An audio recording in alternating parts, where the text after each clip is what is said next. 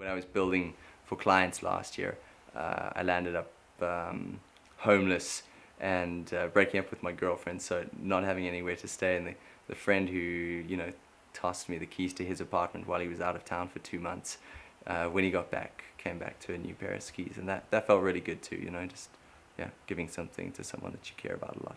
The first pairs did take an incredible amount of time, weeks literally, and it's not that you're working flat out the whole time, but problem solving, you know. So we found wood, cleaned it up. You then have to create the shape or outline of your ski, and depending on how you choose to do that, that can take, you know, a couple of hours. It can be a lot faster, but you know, for me, doing everything by hand and kind of single use, not creating molds that could be used again and again and again, each time I did it was a really long process and of being accurate. And because you're not using computers or CNC machines or anything like that initially, it took a lot of time. I think at the moment it takes me 3 hours to make a mold max, and once that's done I can cut out, you know, any number of skis in minutes, which is good, but initially hours.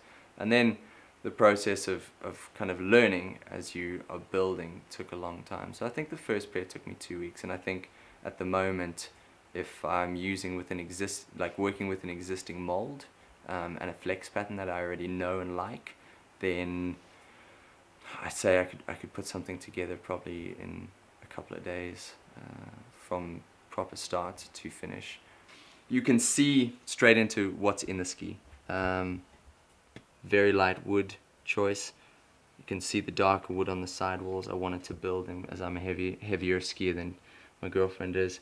So we used oak, and I laid steel mesh underneath the binding area and heavier glass to create a kind of better platform for mounting the Dynafit, which have a tendency, if you're riding hard or jumping off of anything, to tear out in the toe.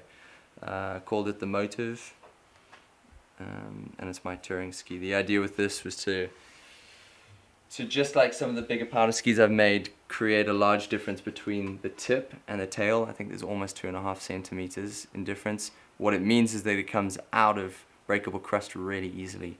I never feel that my tails are dragging or getting hooked up. However, it does make you feel that you're kind of behind the curve a little bit, and so this is a design that I adjusted and have subsequently built for other people, the newer version, which has got a slightly tighter turning radius.